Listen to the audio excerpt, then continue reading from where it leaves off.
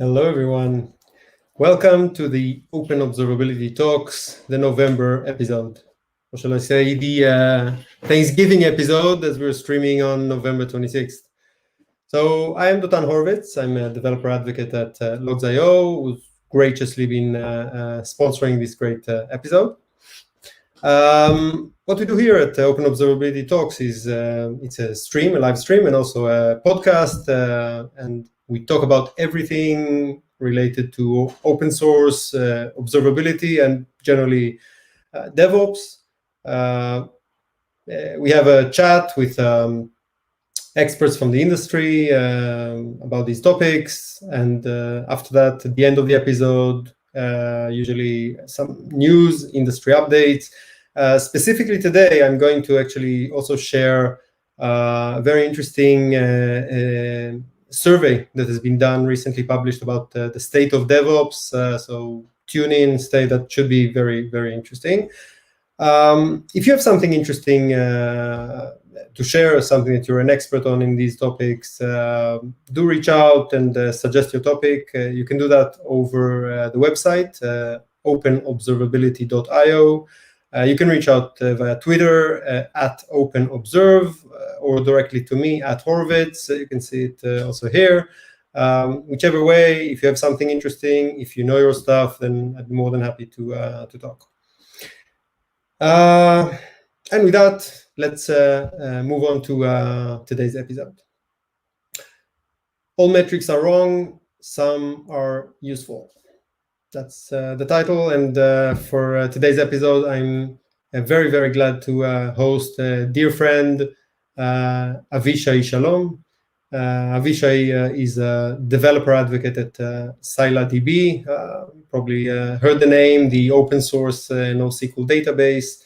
I've known Avishai for a decade now or so, since the days that I was in a young startup trying to set up an OpenStack installation and looking for an expert advice. And Avishai had his own consultancy firm, and he was kind enough to help us through these stages. And since then, he's done so many things. He's been an engineering manager. He's been an engineer in VC and many more things that he'll tell us about. So very, very glad to have Avishai here. And now he's converted to the dark side and is now a developer advocate. So I don't know what happened to him and why, but we'll hear maybe about that as well. So let me add Avishai to the stream. Hey, Avishai. Hello. What's up? Great to have you here. Glad to be here. Thank you. So maybe you've done so many things. I've known you for a good lot of time, so I don't know where to start even. So maybe you can help us and give us a bit about what you've done and what you've been doing recently at Scylla. Okay, so I'll start from the beginning. I was originally I studied physics and math. I had nothing to do with IT. I was actually planning to become a physicist, and then as those stories go, in a fluke of destiny, so to speak, I kind of found myself being drawn into the IT industry. I worked as a systems guy. I was in charge of systems for an early mobile company before the iPhones even. I think it was just around when the iPhone started appearing, and it was very interesting because, relatively speaking, we had a lot of scale back then. And we actually learned a lot, the hard way, just doing stuff. And I think I was very, very lucky to be in that place in that time and to be able to learn all that stuff. And then we were actually one of the first companies in Israel to move to AWS. So I had the dubious pleasure of being on AWS from the early days. It was very different from what it is now. Also, we were one of the first companies to adopt Hadoop in Israel, all kinds of weird technologies that back in the day no one heard of. So this is basically how I started in IT. And after that, me and another guy from who worked at that company, we opened a consulting firm, Fewbytes. And that was, I think, one of the most amazing times of my career, because as a consultant, you get to work with a lot of different companies. You see a lot of different technologies, a lot of different projects, and your learning is insane, just insane. There's, of course, downsides to it. It's a very intense kind of job, and you don't have ownership, for example, which is also a kind of problem. But from a learning perspective, it was very, very well worth it. So I did this for 6 years, and after that, I did a bunch of other stuff. I worked at Wix as an engineering manager for a while, which is also very interesting and like a very different conversation. It's a very interesting place to be, where there's a company that's growing up and starting to consolidate and become, like a proper, I should say corporation, because it's so big that it has to be a corporation now. I think it's like 3,000 people now. It was 1,700 when I joined. Maybe it's even larger now. So it was a very, again, interesting place and time to be in. And after that, I moved to Aleph VC. Aleph is a venture capital firm here in Israel, which is an investor in a lot of great companies like Lemonade, for example, that IPO'd recently. So that's one of those companies. And that was a very different type of job, but also very, very interesting. And I think from all the places I've been, this is the most, it's a small firm. It's about 20 people, and it's kind of a hatchery for companies. So you get to see everything from the back end side of how this of the companies, how companies are formed, how this magic of a founding group happens. We have founders and the initial people that work with them to start the companies and all that. It's a very interesting, again, different conversation. Whole new story, yeah. Well, what drove you to the developer advocacy? That's the ScyllaDB. So a lot of things, actually. So first of all, I've been doing this kind of talks and writing and lecturing, that kind of stuff for a very long time now. I've always had a passion for this. And aside from that, I've known the people in Scylla, Dolo and OpenObservability specifically, since the days of Fewbytes. I actually helped them with the former project, OSV, which was very innovative. And I always had an eye for them because they were doing a lot of very interesting stuff. And we kind of flirted, every year or two, we would be like, oh, maybe we should work together at some point. And eventually it happened. Why developer advocacy? Because first of all, I think it's very important, especially in companies like Scylla and also companies like Logs, in companies that build the infrastructure for tomorrow, basically. We have this kind of, I should say, counterbalance in every industry, actually, between the stuff that already works and is solid and the next generation, which is like different. It's innovative, so it has to be different by definition. So it's kind of disruptive, and there's always this momentum of not going there to the next generation, but you have to, because things do change. So getting this process running and getting people to use it, and when I say use it, I don't mean just on board on the technology, but understand the difference and use it in a different way. That's very interesting, because often what you find out, and this is what I've learned in Fewbytes, that the problem with adopting new technology is that it's not only in installing it, it's in behaving differently, it's in using it differently. It's sometimes you need a different company structure, which is what DevOps is all about. So it will relate very nicely also to what we're going to talk today, because many of these notions of observability in general and monitoring, at least modern systems in particular, requires a lot of shifts in the mindset. So maybe we'll start with the basics. We have, everyone knows logs. That's the basics usually, and then you have the metrics. They're pretty, different. This is quantitative bits of numbers, and these are, verbose and maybe less structured. Can you tell us about how you see the main differences between logs and metrics? Okay, so logs, basically, you could treat them as raw data. It's events about something that happened. And of course, there's a lot of stuff that happens, and you actually make a decision of what to log and what not to log, and you can't log everything. So there's, kind of a gap between, all the millions of events per second that happen in the CPU and the logs that you emit. But still, it's a lot more data than what you have in metrics, for example. So you could think of it as raw data. And from there, you start extracting metrics, so to speak. So a metric could be a count of events, how many events per second you had in a log. That's a metric, throughput of the log. It could also be a count of a business event that happened. How many users hit your server at a certain point of time? How long they took? So again, another metric. So it's basically counting and aggregating things that happened, and events would be the raw data of what you think happened. And if you think of it this way, then metrics are kind of a lossy compression of events, basically.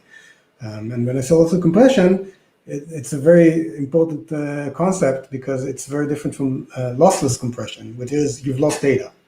So it's like an MP3 compression. So you give up some data, and what you gain is basically new data that is a lot smaller.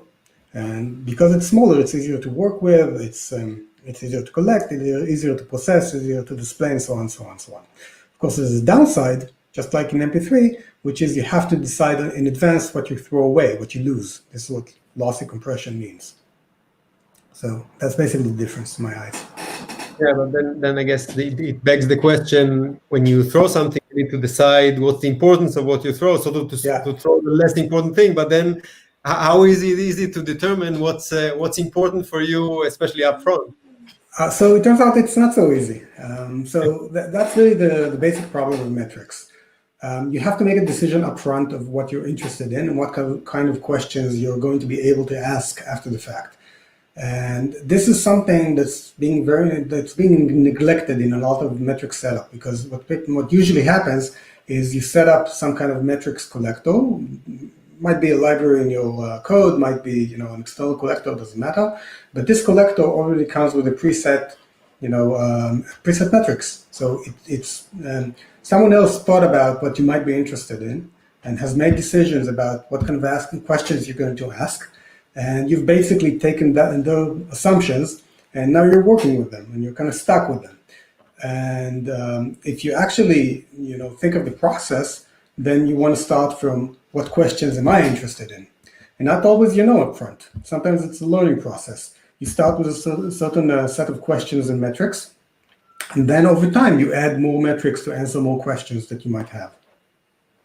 I think actually it's an interesting point, because too often I see people taking sort of what comes out of the box, or what's the default or the setup as the given, and they don't even stop and try and map that to the needs of the organization. So they end up with things that don't necessarily reflect what they need in their system.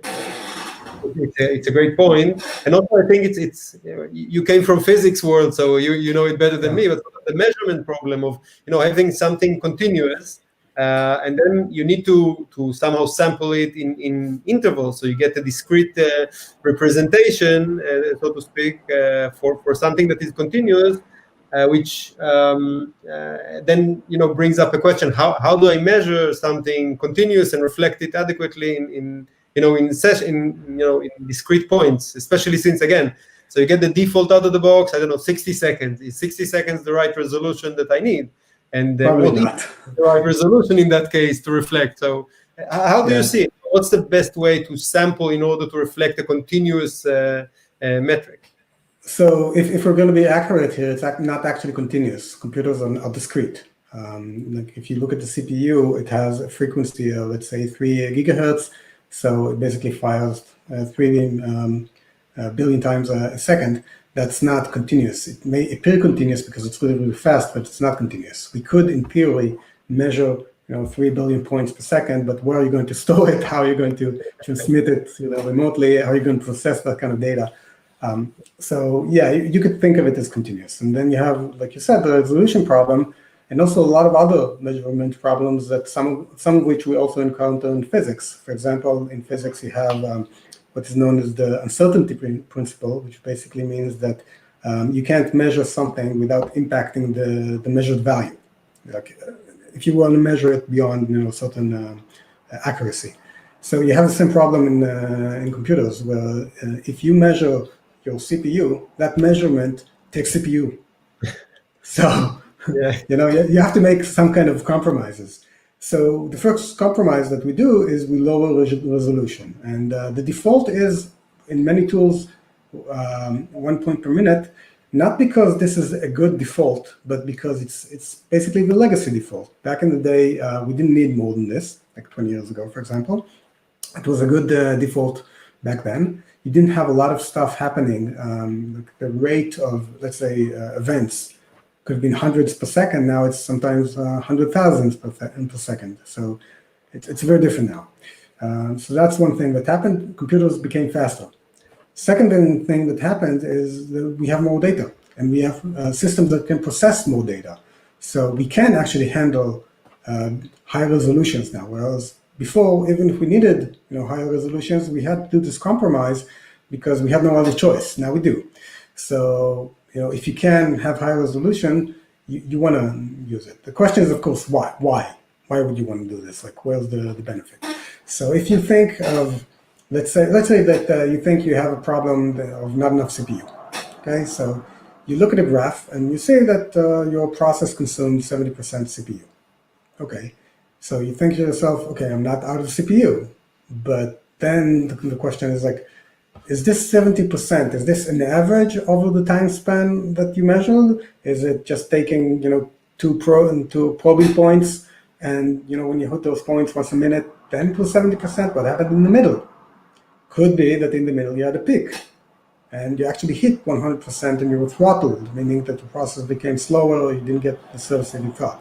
And in practice, it turns out this happens a lot. So this is one of the reasons why resolution is important. Of course, this specific problem can be fixed by choosing different aggregates. For example, max is a good one for this kind of question. Did I hit a peak? That help you with this. But again, you can't answer all the questions. And also you have other artifacts that result from we call downscaling, basically, shifting to low resolution. So the higher resolution you have, the less, let's say, difference you're going to have between the original process and the metrics. And the second question the second problem that this causes is a latency problem. Latency in the sense of our response to the metrics. Because again, metrics are only useful to answer certain questions and to drive certain actions or certain decisions. So let's say that your system crashed, and now you're trying to fix it, and you make a change. How long is it going to be before you see what that change did? So the best algorithms we have for for detecting anomalies or changes in data require about 3 data points. That's the best algorithms. Realistically speaking, to see a trend, you need probably around 5. So 5, and you get 1 point every 1 minute. That means like 5 minutes minimum before you see that your change actually impacted anything. If you have a metric that has a resolution of 10 seconds or 1 second, you can actually react much faster. And there's actually mathematical proof in control theory, which basically says that the longer the time delay you have for a control system, it might be a human or automated controller, doesn't matter. The faster the controller is, the easier it is to control the thing. And the slower it is, the more problems you're going to have. So that's another reason. Yeah, I guess this is the trade-off that we all are trying to meet in the real world. And obviously, you would like ideally to have the raw data, but this is the storage size is an issue, with any data. Yeah. So and also the latency. Yeah, and the latency, as you said, because if I aggregate 5 data points over 60 seconds, that's a lot of time to react, just to discover, detect. The question is, I guess, how would you say, like, what would be the best practices in how to balance between keeping the data, the raw data, let's say in Elasticsearch or something like that, and then the roll-ups and the downsampling? Any guidelines that you found useful in doing that? Yeah, so the first question is, can you downscale? Because you can't always downscale, especially if you're already pre-aggregated. There's a concept of whether or not your aggregates are compatible with certain computations. For example, percentiles is a good example. You cannot sum percentiles. Okay, so let's say you have percentiles that are in 1 minute resolution. There's no way to move them, to shift them to 10-minute resolution. So you actually have to make this kind of decision up front. So first of all, you have to understand if the aggregates, the metrics that you've chosen are compatible with those kind of downscaling computations. So that's the first problem. Second problem is deciding, what the original measurement would be and how much storage or money, basically, you're willing to expend for it, how important it is. So there's a lot of companies that actually have a tiered approach to this. For example, you might have high resolution and you keep that for a day or a few hours, and then you have low resolution metrics that you keep for longer, maybe a few months even. This has been a common approach in a lot of places like Facebook and Google, and also I'm pretty certain that in logs.io somewhere you have different tiers for fresh data, and yeah, makes sense. So this is something that's very common in a lot of metrics pipelines, but you also sometimes have to make this decision up front because of this downscaling problem in compatible computations. Alternatively, you could make a different decision. You could decide to give up on accuracy in the measurements and gain compatibility in computations. For example, this is what histograms do. So histogram is a different data structure for distributions, but it is summable, meaning that you can take a histogram of a few servers and sum them up. You can take a histogram of a few time windows and sum them up, and that gives you the ability to downscale and answer certain questions like what is my P99, 99 percentile. The problem with histograms is that to convert from histogram to P99, it doesn't give you an exact value, it gives you an estimate of that value. So trade-offs, this is basically engineering. But the key here is to be... because obviously the size as well, because histogram is more consuming than a data point. Yes. So again, going back to the sizing issue and the limits there. Yeah, exactly. So a histogram is also bigger. It's a good point that you raised. It's bigger in terms of throughput and in terms of storage and so on. So again, you have to make this trade-off and decide what you want to do. And histogram is more generic, but of course there's the accuracy trade-off.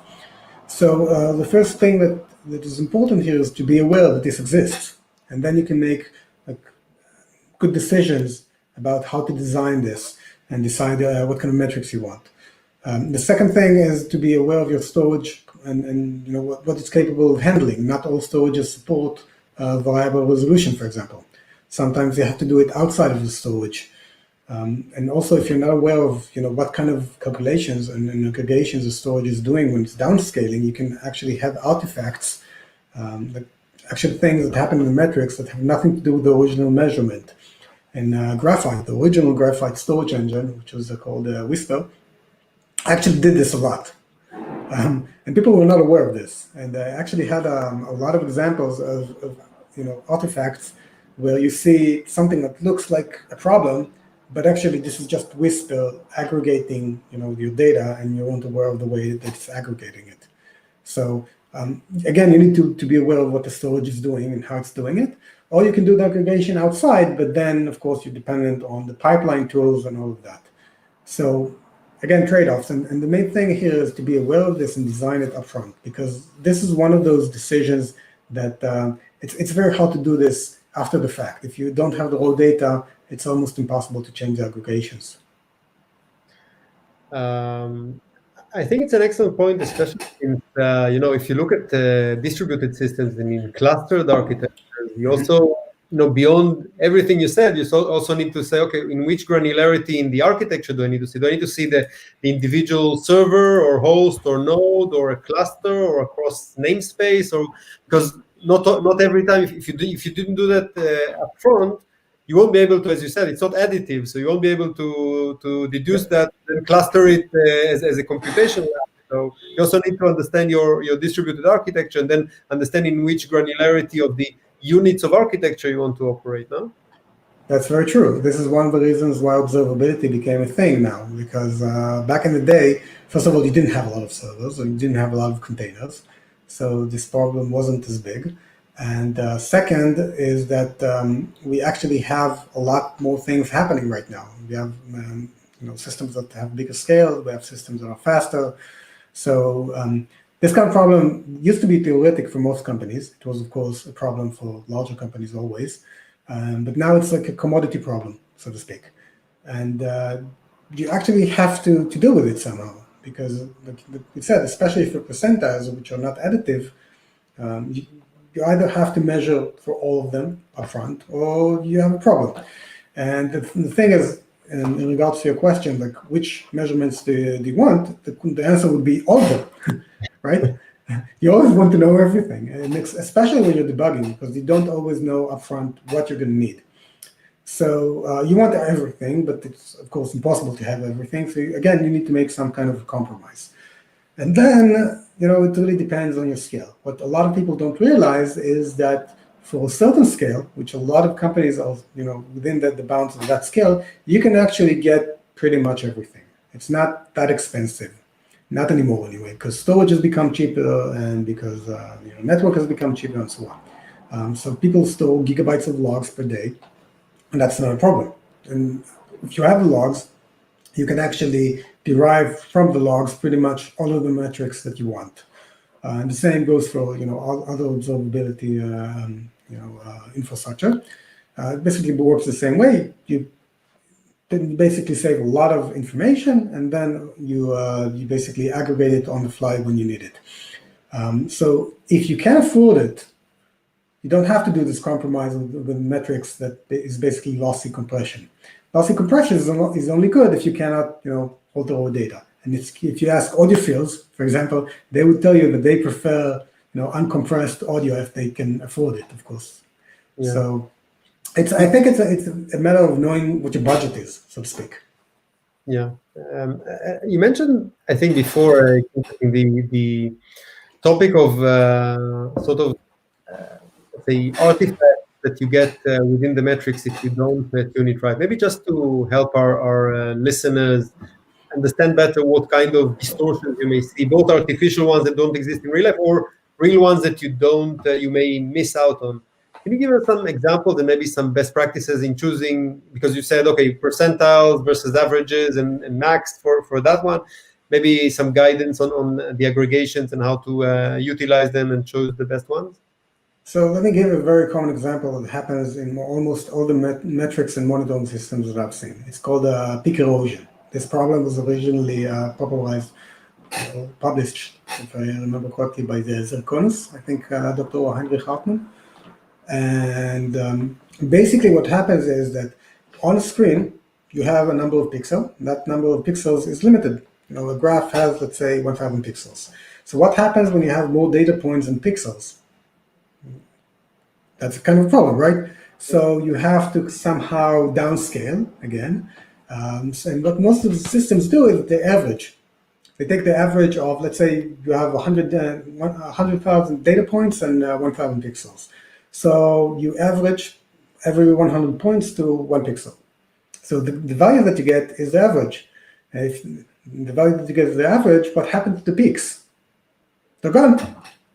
So what you see is you see a graph, it looks kind of okay, and then you zoom in, and all of a sudden you see lots of peaks.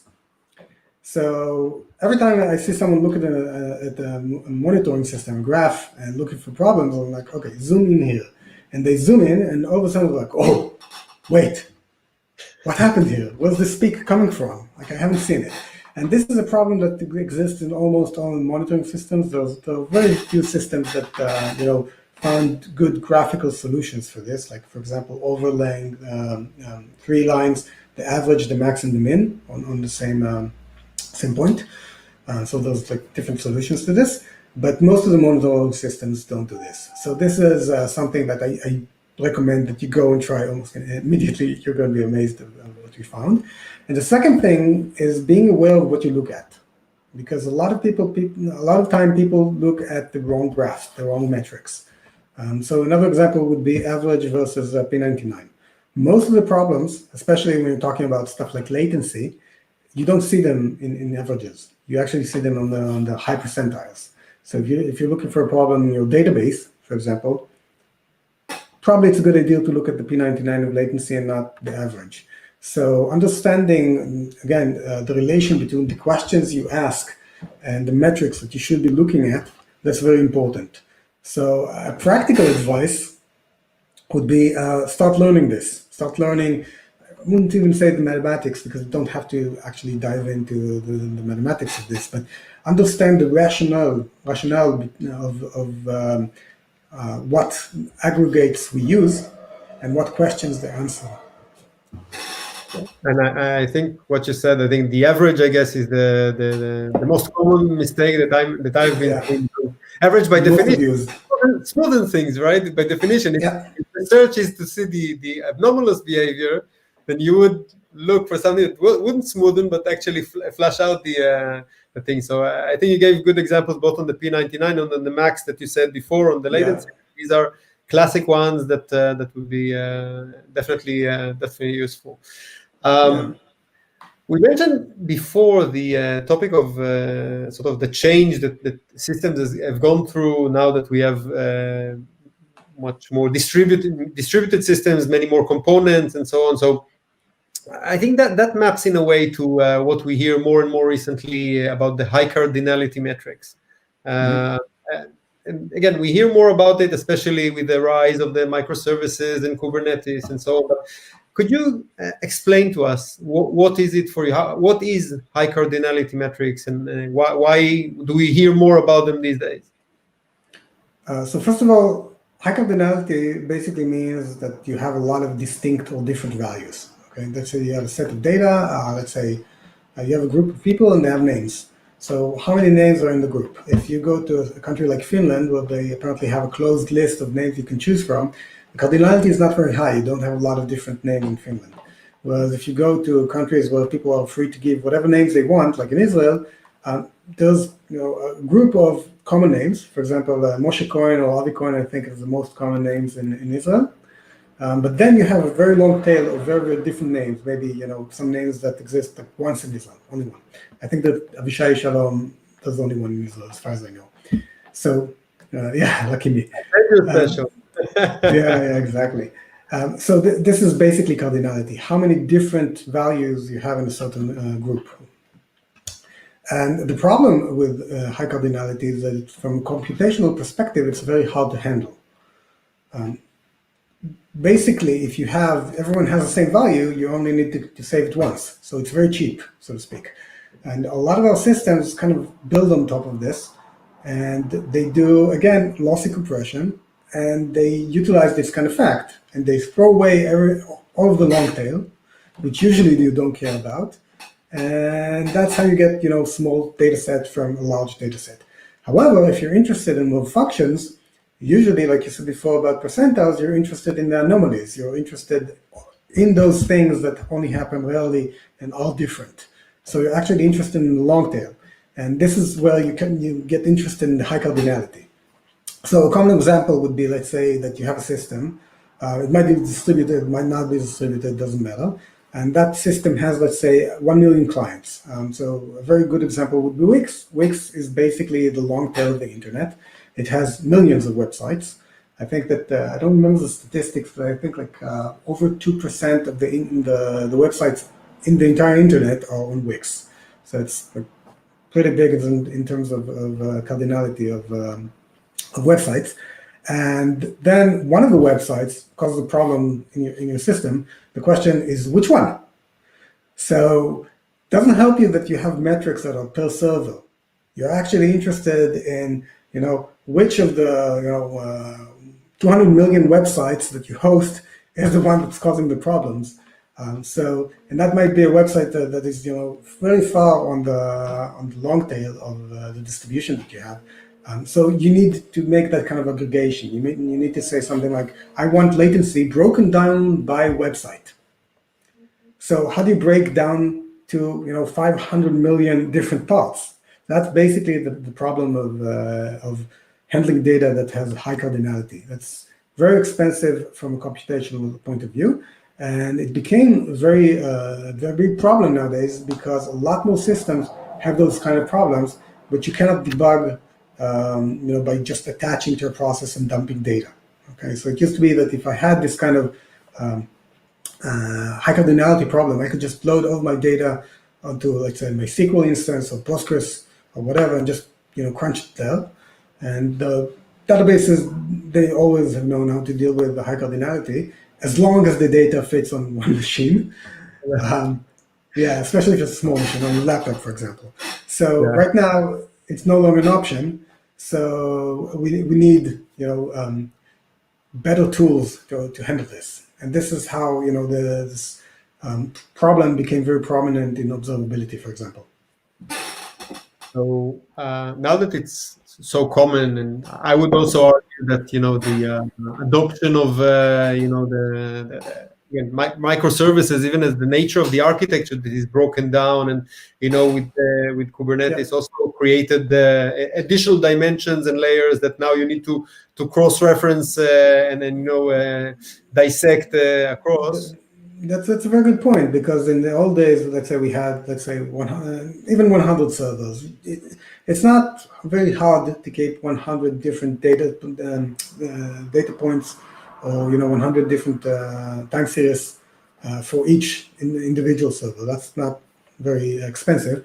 And also you have to remember that the servers used to live a very long time. So a certain time series would last a year, for example. You had that server running for a year. But when you have containers, and every container can live, let's say, 10 seconds, then in a certain day, you could have 10,000 different containers. In a year, you could have millions. So that's like very, very high cardinality now. So even stuff that, it was pretty easy back then because the cardinality was very low. Now, because of the way we run our systems, the cardinality is very high. But you should remember it's basically a decision that we make, because we could have collected data per session, even in the old days. We just chose not to, either because it was too expensive or it wasn't interesting enough. But the bigger the systems become, and the more we compartmentalize them using containers or whatever, the more this becomes important. For every division that you make in the system, you have a new dimension, new cardinality. So Exactly, and also there's, because of on the one hand we create these layers and these encapsulations that you said that each one is now a dimension that you want to query by, and on the other hand, as you said, it's very dynamic and things change, and then in a way it also shifts maybe some of the questions that you would like to map to a sequence that is logical. So okay, things went spun up and tore down.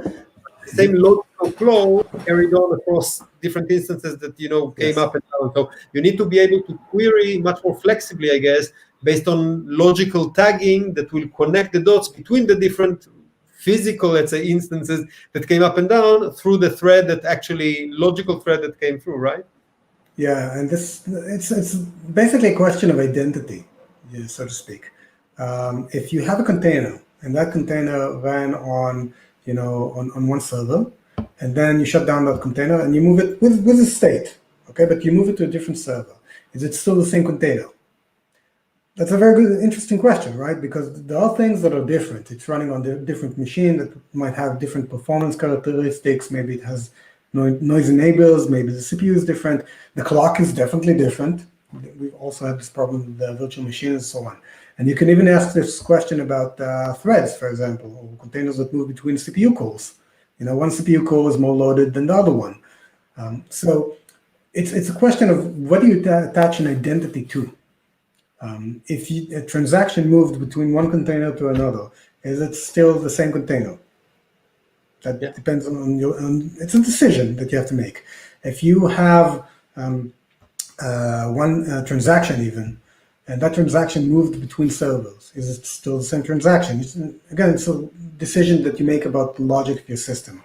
And so again, it goes back to deciding what the boundaries within your systems are, and you give each of those boundaries like a name. This is like the name of the dimension and an identity of the specific subsystem within that boundary. So you could subdivide the system however you want, but there's some subdivisions are more natural than others, maybe related to resources or services like microservices and so on, so on, so on. Yeah, makes sense. So if you look at the modern, computing systems and architectures, all these shifts in needs and in the concerns, can you give us some, from your experience, what are the design principles that you would recommend following in these new domains when setting up the monitoring?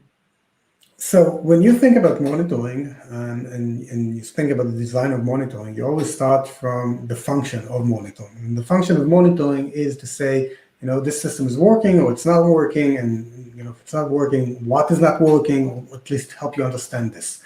So if you think about it this way, when is the time that you need monitoring the most? When you have a problem, right? So it's advisable that if you have a problem, monitoring doesn't die with it, or at least not being impacted as much by the problem.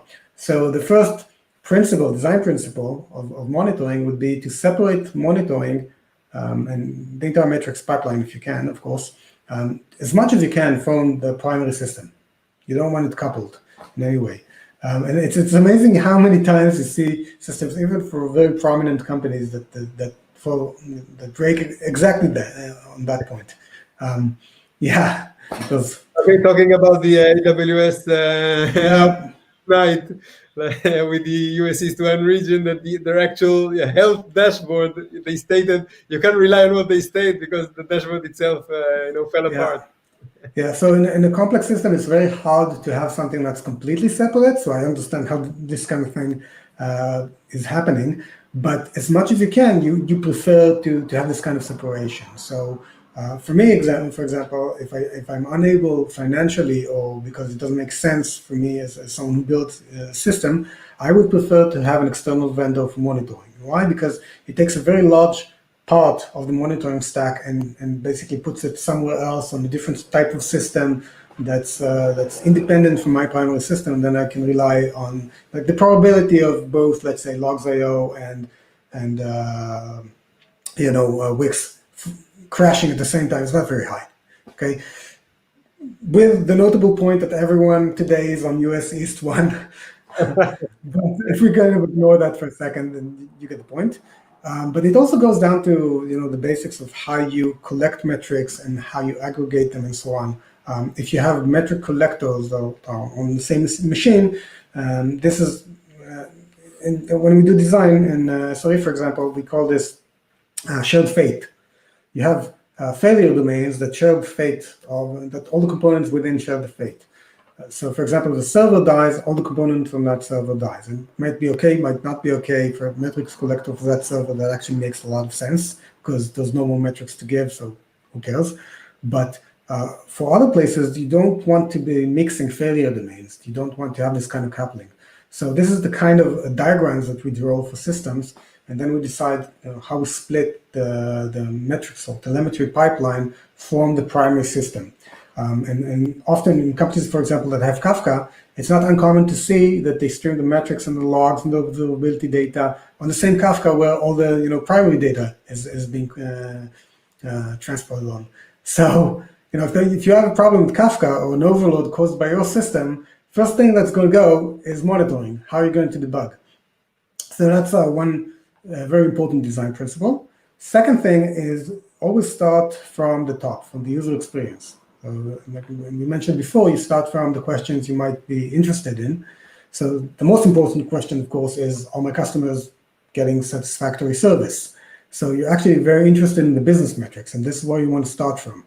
Everything else comes much, much later. The stuff that comes by default, for example, like CPU usage and memory and all that kind of stuff, resource metrics, is actually not that useful most of the time. Why do we have it? Because it's default, it's easy. So that's why most people collect it, not because it's important, because it's easy. It's already there, so to speak. So you start from the questions. You kind of map basic questions that you have about the system, and you continue from there. And that's basically how you build a system. And of course, if you can have the raw data, then as a design principle, always prefer to have the raw data if possible. And then you start making the trade-offs that you need to do. So one of the trade-offs that we didn't mention before is sampling. Because again, if we think about metrics as loss of compression, there's a number of stuff that you can lose.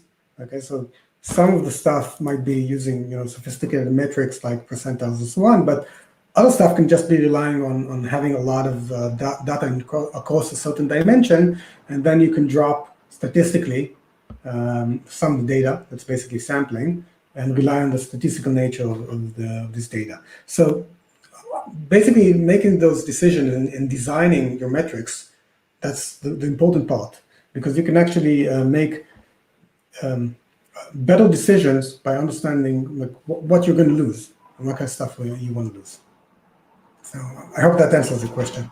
No, you raised good points, and I think again taking these points and trying to translate them to the practicality, because oftentimes it's not so trivial, I guess, to know upfront what you would need and what kind of data and what will be the usage.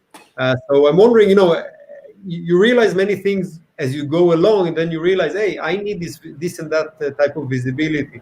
But how, I guess, what would you say you need to know of our data upfront in order to have proper metric planning? Because you mentioned before that some things are not reversible because you don't have the raw data. Yeah. Right? Can you give us guidelines maybe to what you do need to know, or try to clarify as much as possible upfront? Yeah, so the first obvious guideline would be as flexible as you can be. So if you don't have to make those kind of decisions up front, don't. So usually this means saving logs if you can, and it's affordable, or using some other kind of observability method, where you can answer a very large variety of questions ad hoc without having to think about the questions before. So that's, if you can do this, do so. Be as flexible as possible. That's the first practical advice that I would give anyone off the top of my head. And the second one is, again, start from the user, start from the business metrics. This is like something that's obvious that you're going to have to answer. So without knowing anything else, you have to know this. So you always start from measuring and monitoring the business from the user point of view. And only then, after you cover the basics, so to speak, then you start doing everything else. And then you have a number of, let's say, I don't want to call it best practices because I hate the word, like the concept of best practices. There's let's say, appropriate practices, so to speak. Takeaways. Yeah, exactly. You can even call it common knowledge, for example. But there's let's call it playbook. There's a playbook in the industry of stuff that makes sense to do in certain situations. For example, if you have something that has a latency, let's say like a user transaction or the response time of database, ScyllaDB, for example, which is, by the way, very low because ScyllaDB is awesome. But let's say you have this, you always need to have the throughput metrics and the error metrics with it, because latency by itself doesn't tell you much. Okay, let's say you have P99 of latency, but over that time window you had 50 transactions. You can't actually compute P99 from 50 points, right? So the metric is obviously broken. So having those, let's say, bundles of related metrics is very important. And there's a number of playbooks in the industry, or common knowledge, about what metrics should go together and should be displayed together and collected together, for example. So you can actually map those pretty easily. It's not very hard to do. And then you can apply this in your systems. So that's another very practical advice that I give people. The other one would be know your systems. What do I mean by know your systems? After you have selected a certain vendor or system, doesn't matter, you need to understand how it works. How they crunch the numbers, what kind of artifacts you can expect, how the graphics behave, do they have this problem with peak erosion, what other problems they have, what are they not displaying, and so on, so on, so on. And it's important to remember that even if you find a problem, so to speak, in your vendor or system, doesn't mean that you have to change it, because it's engineering, everything has a trade-off.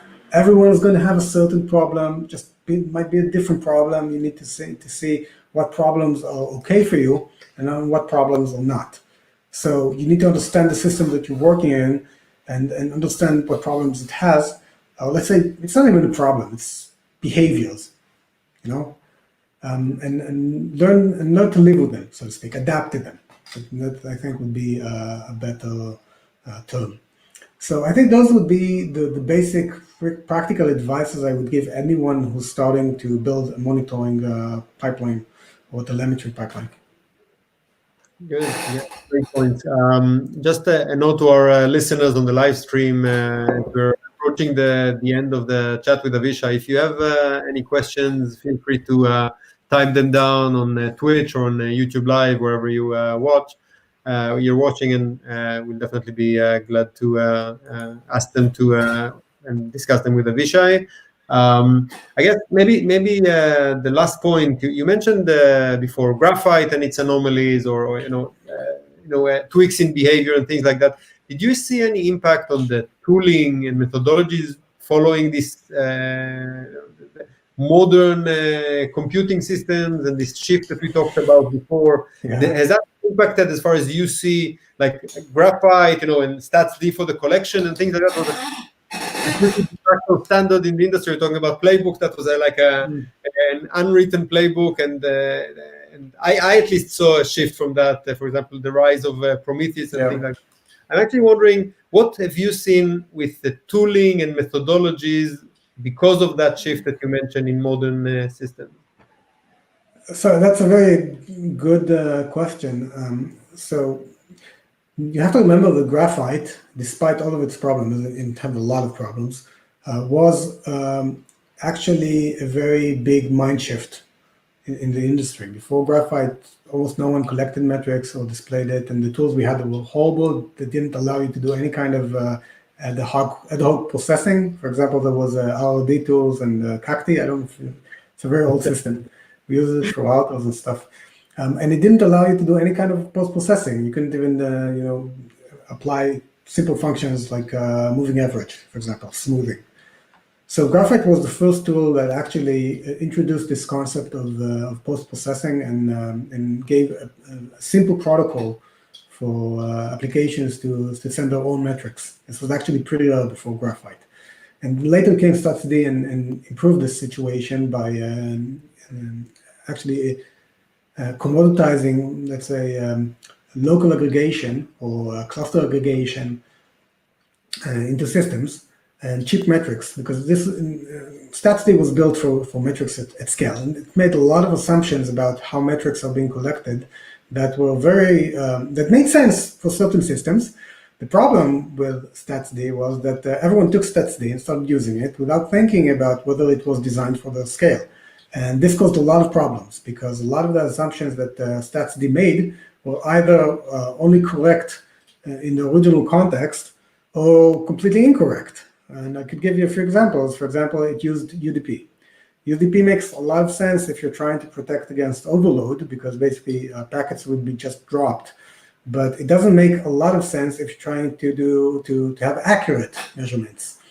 Because, for example, the original StatsD was written in Node.js, and basically it aggregated once every 10 seconds. And while it was aggregating, it didn't do any metric collection. It didn't accept any packets. So every 10 seconds, you had correlated loss of many UDP packets. So, of course, that's going to impact the accuracy of the metrics. So it might have made sense in the original context, but not necessarily in other people's context. And also, it made assumptions about the resolution and aggregation, and it made sense for high traffic, not necessarily for low traffic. And then there's the protocols. The graphite protocols and StatsD protocols were very, very specialized for metrics, and they tried to be very cheap, but they didn't allow, for example, high dimensionality. They didn't support this very well, or high cardinality, that kind of stuff. So we actually saw this shift in the industry for better protocols, and actually we had a lot of attempts, a lot of failed attempts, I should say, of moving to better protocols that are more appropriate for what we need right now. I think there was something called Metrics V2, if I remember correctly, that tried to be kind of a standard for metrics and failed horribly, never became standard.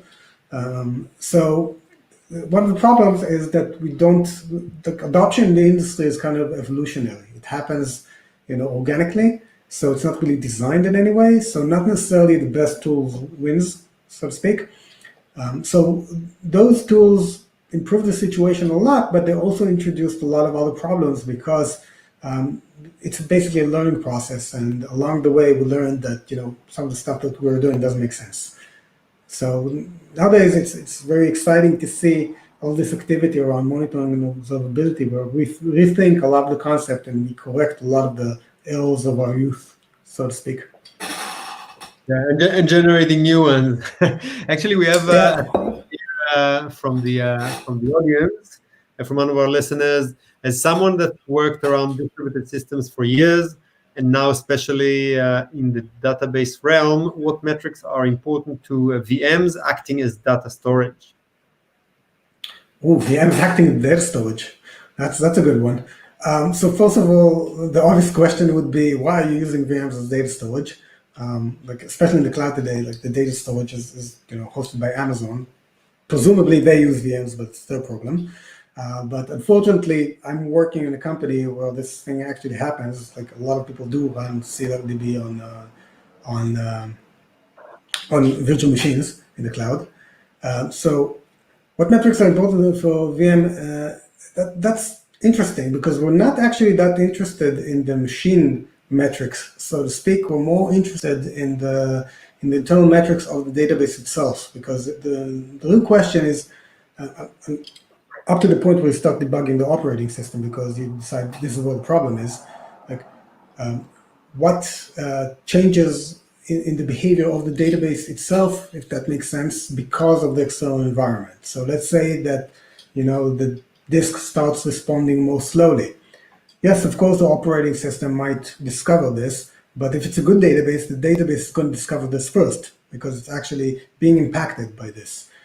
The problem is that in most of the databases, because of the generation in which they were written, you don't actually have those kind of metrics in a lot of them. In ScyllaDB, we actually do.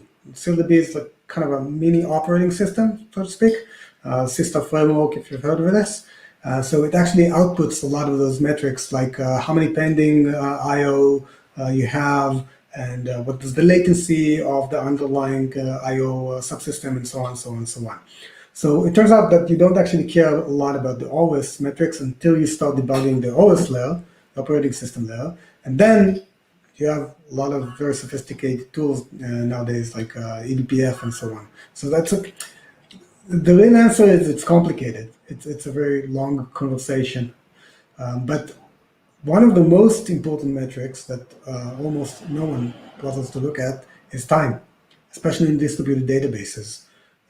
Time across VMs can be very weird. It can go back. It can be different between machines. It can jump ahead in time, and so on. So one of the things that you actually want to monitor, and most people don't, is time. Yeah, that's a good point. And anyway, I think one point that is I can relate in the question was that the more layers we have in between the bare metal operating system, the host, guest, virtual machine, and so on, it again goes back to the dimensionality, and say we have more accesses in which we may want to query. So we want to query the application itself, like the database as a whole. Maybe you want to query the individual nodes of the cluster, assuming a cluster database. Then you want to correlate sometimes between the database and the instance in which it runs, or maybe even go down to the metal. So it creates more questions that we potentially may want to investigate to get to the root cause. So I guess in that respect, it's complicated our lives in that respect. Yes, and what you do is you make decisions about what you don't want to debug. Basically, anything that's opaque and you can't look into it, we call it the black box. This is like half of operations is the art of dealing with black boxes. So EC2, for example, relating to the question before, is a black box. Look, at a certain point, you say, okay, this is Amazon's problem. I don't know how to debug why KVM on this machine is behaving in this way. So I'm going to just shut it down and move to a different VM. And that's or even going into a serverless where you get much less visibility. Exactly. So you accept that there's a certain layer that is a black box. Yeah, I agree. Well, it's a fascinating discussion. It's a shame that we need to stop it on the hour of Avishai, but it was really, really great having you on the podcast, and thank you very much for sharing your knowledge. And I can definitely think any more questions that I'd be glad to ask you, maybe even in a separate episode. So thank you, Thank you very much. Bye, thank you. Thank you. That was a great talk, and with that, I would like to move on to our next topic. And today, before going to the general news, I wanted to share with you a bit about the DevOps Pulse survey. That's actually a very interesting survey that has been published very recently around the state of DevOps. And I just would like to share it with you for a few tidbits, and then maybe share with you the link so that you can explore that further. Let me just share it for those that are on the live stream seeing that, but I will also share the questions for those who are on the audio only. So the survey, you can find it, by the way, at logs.io/DevOps Pulse 2020. That's the survey. It covers a variety of DevOps related topics.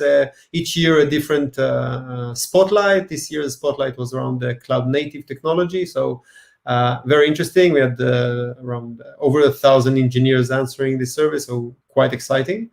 Lots of information here, but maybe just a few bits that might be interesting for us. Obviously around cloud. So we mentioned AWS's outage yesterday at their largest and most used region, US East 1, but impacted many of the companies in the industry, like Anchor and Glassdoor and Flickr and others. But nonetheless, the fact shows AWS still reigns the public cloud. Over 66% or 2/3 of the companies use AWS as their vendor of choice for cloud. Also interesting, comparing last year's with this year's, is that Google Cloud has been catching up with Azure for the second place. So interesting. Also, in general, very interesting to see the percentage of users that now use public cloud, and you can see that. I guess you can see that over 50%, maybe even 50 something percent, are having more than half of their infrastructure already on the cloud. 42% have over 75% in the cloud, which is more than 8% increase than last year's survey. So very interesting. Another aspect around the containerization, so not just public cloud, but generally speaking, switching to cloud native, let's call it, or containerized. Again, we see the trend increasing. We have over 50% running their workloads on containers. So definitely we see that trend going further. Again, I won't go over all of that. Maybe something interesting about the challenges that relates to observability is, again, Kubernetes is very popular. We hear so much about it, but it is definitely the number one difficulty that people encounter when running Kubernetes in production. So, security is an issue, networking is an issue, a lot of issues. But the number one is monitoring and troubleshooting. So we can see that as a very common pattern, but we can see problems all around. So again, everyone talks Kubernetes. Some even refer to Kubernetes as maybe a given and old news, but it's definitely not old news. And we can see problems across the board. People still struggling to have Kubernetes in production, in issues with security and networking and cluster management, and as I said, monitoring and troubleshooting. So definitely Kubernetes is still in the works in terms of getting it right in production. Specifically in observability, again, lots of information here, but one that I found interesting is around the use of the different telemetry data. We're talking about observability being logs, metrics, traces, and so on. I think one of the interesting things was to see that as obviously as logs and metrics being very prominent, we see increase in the use of traces, and also in terms of tooling. When you talk about which tools you're using for your observability, we see distributed tracing as at 26%, and that's massive. If you compare to last year's, it was less than 10%, and this year we see 26%. That's a major increase, like a 33% increase. So again, distributed tracing picking up very strongly with the observability realm. Also, in terms of maybe a last point that I may mention around the distributed tracing is, again, most of them, as I said, are still not using tracing, but the ones that do, definitely we see Jaeger as the leading one in the answers, almost 13% from all across. So that's apparently the leading tracing tool. And there's still sprawl. You still see many using quite a bit of tools, which is something that is still a challenge, I guess, across the board. So again, there's no time to go beyond that, but definitely I wanted to get you intrigued. So you can go to logs.io/DevOps Pulse 2020 and feel free to explore yourself and see some more. And with that, I would like to maybe share also a few of the breaking news from the industry. The first one that I wanted to share that relates very closely to the discussion earlier with Avishai is about OpenMetrics project. OpenMetrics project has been announced really now as being a stable release. And OpenMetrics is essentially an open source or an open protocol that is meant for the cloud native realm, essentially for a metric wire protocol based on the Prometheus exposition format. And it's targeted to standardizing under the IETF. I think the RFC is already in the works. So it's very interesting again because, as we also mentioned in the earlier discussion, there has been attempts to try and standardize on this protocol and how to send metrics. And I think this is a very prominent attempt that is also based on well-established experience by Prometheus open source project. It's been in the CNCF sandbox for the past 2 years, and the last this week's SIG observability, the special interest group discussion of the CNCF. We've been reviewing it to help the chair decide if OpenMetrics should be promoted to the incubation stage. So definitely it progresses also on the CNCF. And it would be interesting to see how it will play out alongside OpenTelemetry, which is again also under the CNCF umbrella, and we've been discussing OpenTelemetry also in previous episodes. So that's one interesting bit. The other interesting bit that I wanted to share is around the acquisition of Instana by IBM. Again, Instana is very high-profile startup, a 4-year-old startup, is being around focusing on specifically the microservices and the cloud-native domains. And it's very interesting to see IBM taking this, acquisition as part of its. I guess it maps very nicely to the transition of IBM that IBM is trying to do to hybrid cloud, to open source. With the acquisition of Red Hat and adopting OpenShift to the stack. And Red Hat team, by the way, was heavily involved in also in Jaeger open source project with the integration to OpenShift. So it's going to be very interesting to see the synergy there, as well as the synergy with IBM's existing cloud app management that they have, which is also a type of APM. So interesting to see that.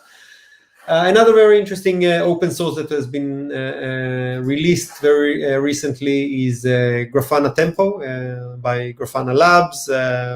It's an open source scalable distributed tracing backend, and I guess the main thing that they try to push here is to try and balance the trade-off, wanting 100% sampling, but not wanting to manage the Elasticsearch and the Cassandra cluster.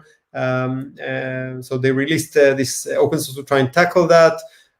They had the first community call a few weeks ago, this on November 12, a very interesting call. And it's very interesting. Again, first of all, 100% sampling. What's it begs the questions like what's the performance of the ingest, and how does it handle high volume of transactions and so forth. So it would be very, very interesting to follow up on that. Also, seems to be an indexless store, something similar to Thanos and Loki that we've been discussing in previous calls. So writing to cloud storage backend, AWS S3 or Google, or looking into Azure Blob.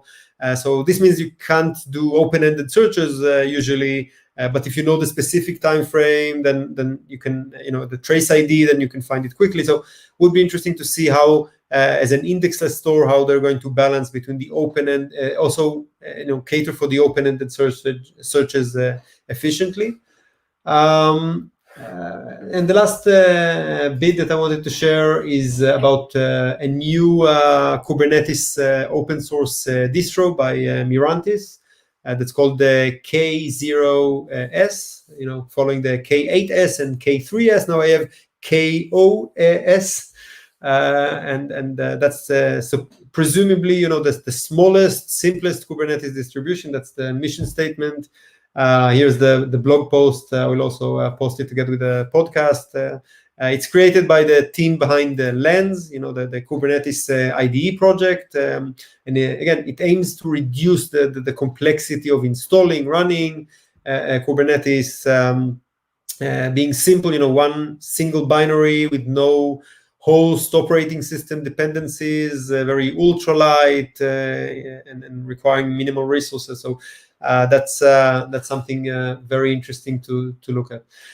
So I think we're about to run out of time. So with that, I would like to thank you very much for joining me on this on this episode. And if you're celebrating Thanksgiving, then happy Thanksgiving. Obviously, beyond the live stream here at YouTube and Twitch, we also have the podcast available then on demand on the whichever application you have favorite podcast application.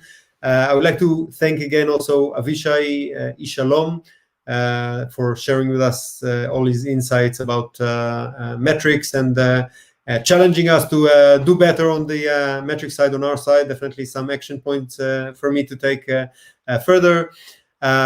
You can find all the episodes at the website openobservability.io, and follow us on Twitter at OpenObserve